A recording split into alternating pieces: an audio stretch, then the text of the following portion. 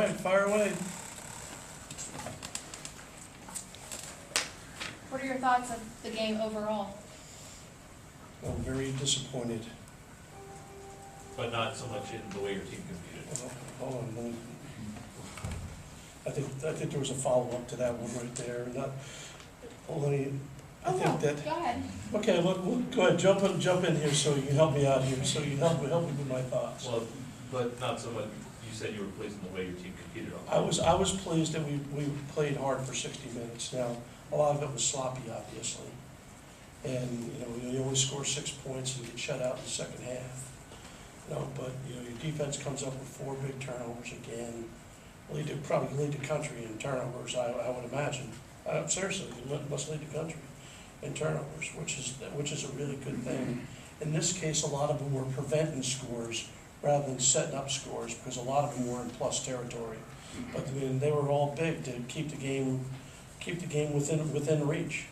And like I said, when we got the ball the last time, I told the defensive staff, I said, I don't care if I use both our timeouts, and there's 30 seconds left to go in the game. We got to go down there and try to get it to a one-score game. I go, we'll kick an outside kick. I go, if we get the ball back, well, at least get 3 shots to throw the ball to the end zone, with a chance to, with a chance.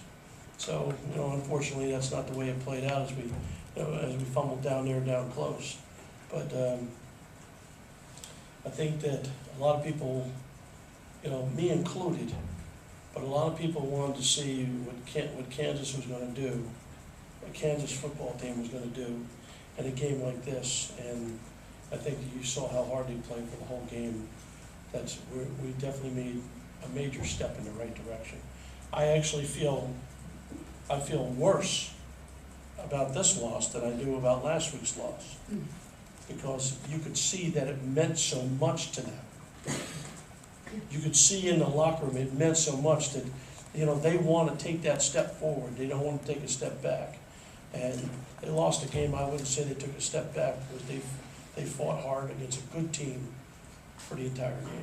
Coach, you were only down by 4 going into the locker room at halftime. What did you tell your guys at that point? I said, this is the reason why you defer. With all the things that happened in the first half, okay, you're down by 4 points and you're getting the ball. I said, we're in a golden position right here. And I also said, those guys in the other locker room right now, they thought that they were just going to come in here and roll in and blow you out. That's not the halftime talk that's going over there right now. It's a totally different talk that's going on than the one that they were expecting when they rolled into town. I said, that has nothing to do with me. It has to do with how you guys are playing. Are you surprised through 3 games that the offense has struggled and shown some rust? You already talked about Dane and where he's been, just overall. Well, actually, Dane wasn't the problem today. Right. We talk about Dane. Let's talk about Dane. Let's start there. What did he throw for 300 yards? Got hit a whole bunch of times. Got sacked 3 times, but he got hit a whole bunch of times. I know he's a sore puppy right now. I go, well, what did he do? Just stood in there? Did he have a couple throws that went out of bounds that you'd like to keep in bounds? You betcha.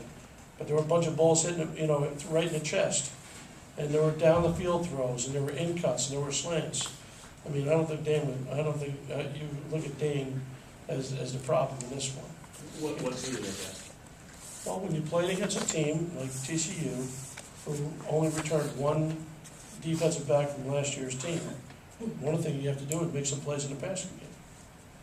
That's what you have to do. Okay, they're stout up front.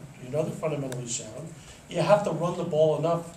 You have to run the ball enough to keep them honest. You have to scheme some things to get some things going. But at the end of the day, to have a chance of winning, you're going to have to throw the ball. And we just have to do it better. Last week you talked about wanting to lean on the running game a little bit to take some of that pressure off, but looking at the stats from the day, it doesn't really replicate that. It was definitely heavy on the pass. Is that just what happened in the fourth quarter, trying to? Well, I'll just say, it's 2 parts to that one. Part was what I just said, where I felt that an inexperienced secondary is a bit vulnerable. And they got number 2, he's an experienced player, and he's a good player, but the rest of those guys really haven't played very much. So, you know, they gave you an opportunity to make some plays in the passing game, which we did. Okay, the flip side of that is, I think when you go into a game and when you get to a point in the fourth quarter, okay, where it's a 2-score game, where now you're gonna have to get out of just a run-pass ratio, anything near normal, that skews the stats. Are you guys physically able to compete with them? Did you feel like, you talked when you took over back in December, you didn't know really what you had. You coached them 3 times, you've seen them against the Big 12 team, what do you think? I think if you ask them, I think they'd say yes. The team we just played against, I think they'd say yes. How did you feel Anthony McDonald did his first game back? You know, I was actually pleased because, you know, I saw Holden I don't know if he got tweaked or something like that. We intended to play him some anyway, but he ended up playing a whole bunch in there. And like I said, I'm not studying him on every play right there, but he definitely showed up for his first game out there. What about Terzilli filming Kittle pick? Well, I mean, obviously he had the one big one right there, and yeah, there were a couple others I wish we would have had too, because he got one-on-one coverage a couple times. One ball was a little, probably wide and out of bounds where he really didn't have a chance. Another one where the quarterback made a great back shoulder throw and put it right on him, and he had the ball in his hands and didn't come down with it. But I think he gained a lot of valuable experience today because he's got a lot of ability. He does. He has a lot of ability. What does the defense take from getting so many turnovers in the red zone like you did today? And also, do you guys teach strips and picks? Yeah, the defensive staff spent a lot of time on, you know, on strip sacks and fumbles and punching the ball, you know, and it obviously has paid off. But on top of that, I think that there's plenty of good defenses that give up yards, but then don't end up giving touchdowns. You know, the old bend but don't break mentality, the coaching phrase. And I think that you can gain a lot of confidence when, you know, when a team's driving between the 20s real good, but you get down there and then you can go ahead and make a play. I think that really helps you, because now, every time a team gets down there, they're expecting to make a play on defense to turn the ball over. So when a team starts sticking that way, that's usually a good thing. Talk about the early opportunities. I mean, you get the 2 turnovers right away. You have a chance to put some points up, and I think you finish with 3 out of that. Well, actually, our field position was crummy all day. Yeah. You know, you say turnovers, you know, turnovers on the other end of the field, you still have to go the whole length of the field. You know, in the first half, I thought that we moved the ball pretty well, but once again, situational football has been not good. Okay, we haven't been good on third down, and we haven't been good on scoring touchdowns in the red zone, and really that's where it really comes down to. When you don't have production on third down and you don't score touchdowns in the red zone, you lose 20-6. On TCU's second touchdown, it looked like Tyree Williams could have made a play on the ball. What did you see on that play? I saw what you saw. You know, Tyree's in there, they throw a ball, you got a little torqued, you know, his body got torqued a little bit.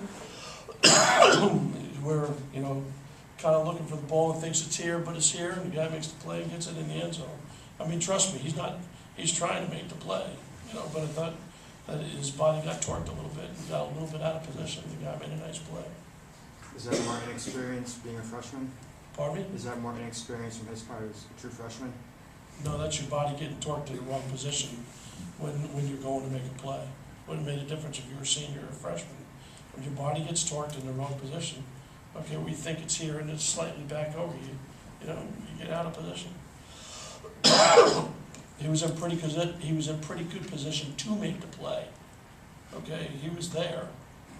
Okay, but you know, he just got a little bit out of position.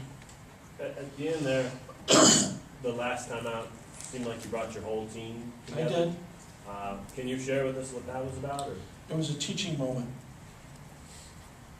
about turning the corner. That's what that timeout was about. I mean, I could have just let him kneel down, you know, and run the clock out. That was not to prolong the game. That was a teaching moment. Okay, to let him know, hey, everyone came in here today thinking you're going to get the crap kicked out of you. That didn't turn out that way, did it? Okay, look, no one's happy when you lose. And I'm as fierce a competitor as they come. Okay, but I did admire the fact that the guys for 60 minutes were slugging it out and trying to do everything they could to put us in a position to still have a chance to win the game. And until we turned the ball over, the game was still in doubt. When we turned it over, then it was no longer in doubt. So I used my last time out to use that as a teaching moment. TCU had. You're welcome for me sharing that with you, man.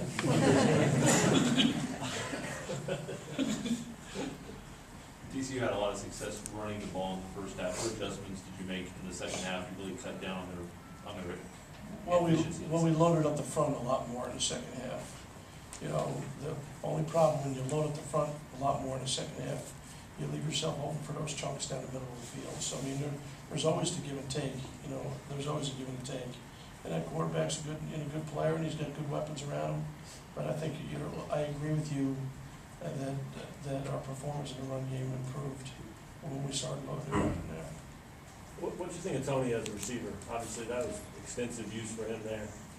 Well, going into this game, we thought that one of the matchups that we could get was Tony versus linebackers. You know, that's what we're trying to, you know, we actually do spend, contrary to popular opinion, we actually do spend time during the week trying to figure out plays that'll work, you know, and in this case, we thought that if we get Tony matched up with the linebacker, it would be a very good it could be a very good matchup for us, and he ended up making some plays in the pass game. Was that specific to what you saw from TCU, or something that you had kind of had in throughout the season and just? That was to attack TCU. Okay.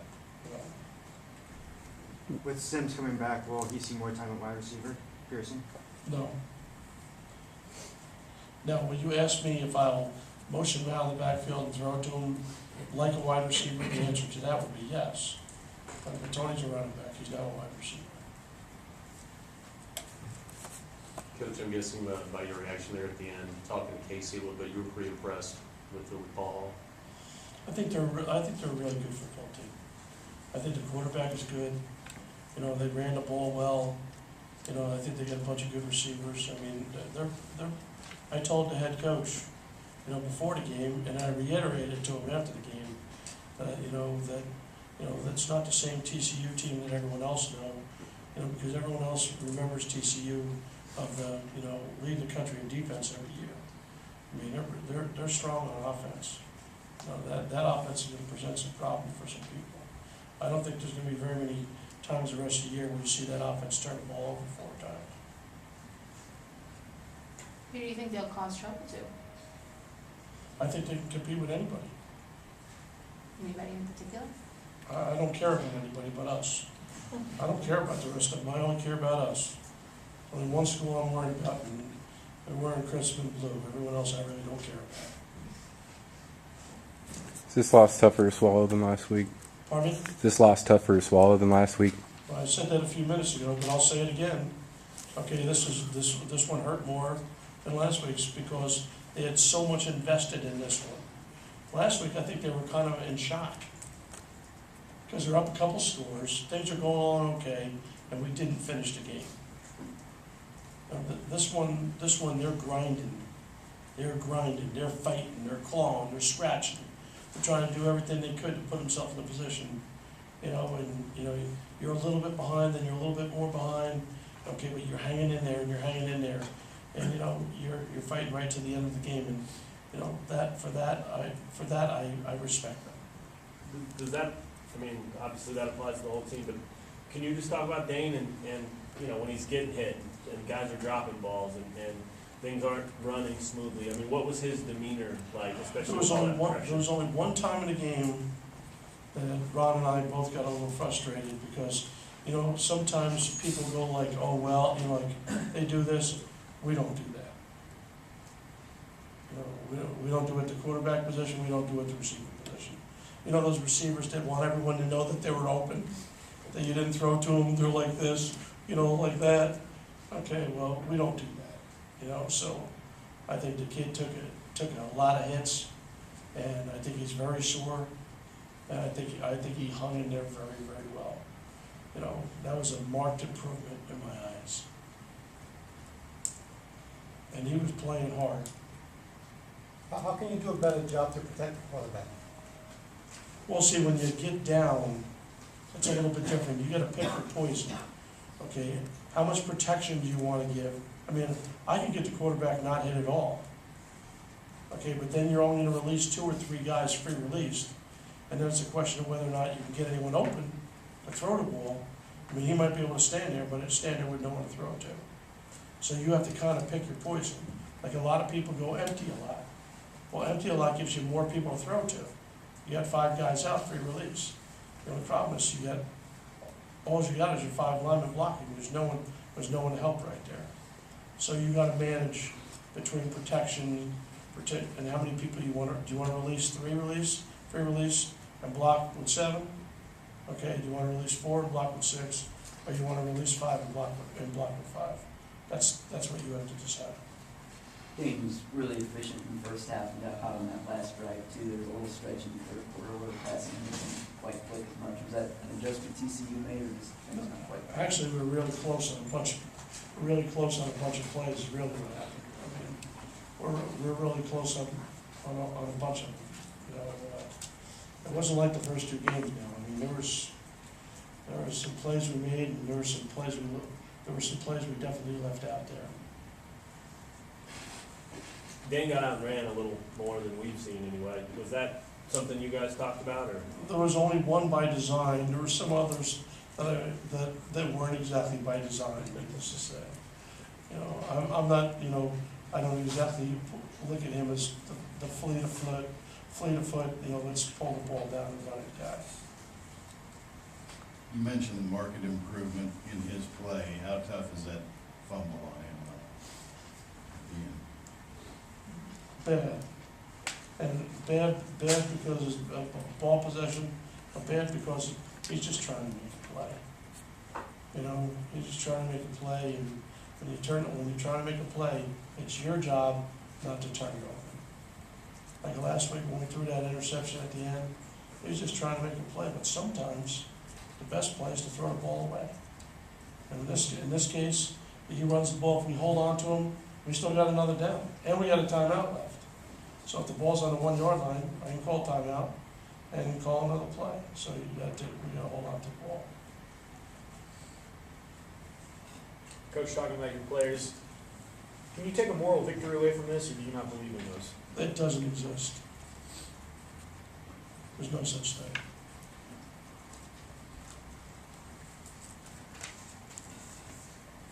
And at least in my opinion, I mean, you know, do I like the way they fought? Yeah. There's nothing ever good about a loss. Can you talk about that second field goal kick? Seemed like he was short on that one. Can you talk about that? Yeah, it looked like a snapper exchange problem. You know, I'll have to wait and see it, but you know, that's what it looked like. The timing of the kick. You know, without seeing everything yet myself, it looked like the timing was all off. Almost like he had to hesitate to go ahead and kick the ball. So you'll have to wait till I see it, but my guess is, I mean, you guys probably saw the TV copy. I mean, my guess is that's probably what's gonna show up when I see it tomorrow. I won't be watching it this evening. Any thought of going for it on that 4th and 4 at the end of the second quarter? No. The score's 7-3. I thought we needed to get points on the board. I think that would put us in a bad decision, because now 7-6, you're down 1 point. They score touchdowns. At worst, it's still a 1-score game, because if they score a touchdown, it's 14-6. You always can go for 2. It's a 1-score game. But going for it at that point never entered my mind, even though I got booed handsomely for doing it.